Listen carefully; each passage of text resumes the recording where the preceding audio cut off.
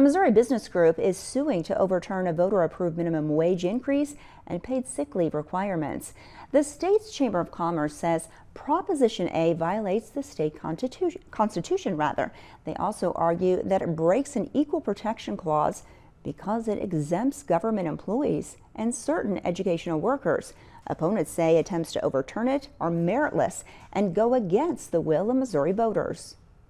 I don't think voters really understood what they were voting on. I know we've gotten so many calls after the fact of what does this mean? What do we have to comply with? Is it just on minimum wage or is it paid sick leave also? Unfortunately, in doing things like lawsuits, you throw uncertainty and confusion about that, and that doesn't help business owners, that doesn't help workers, that doesn't help this state.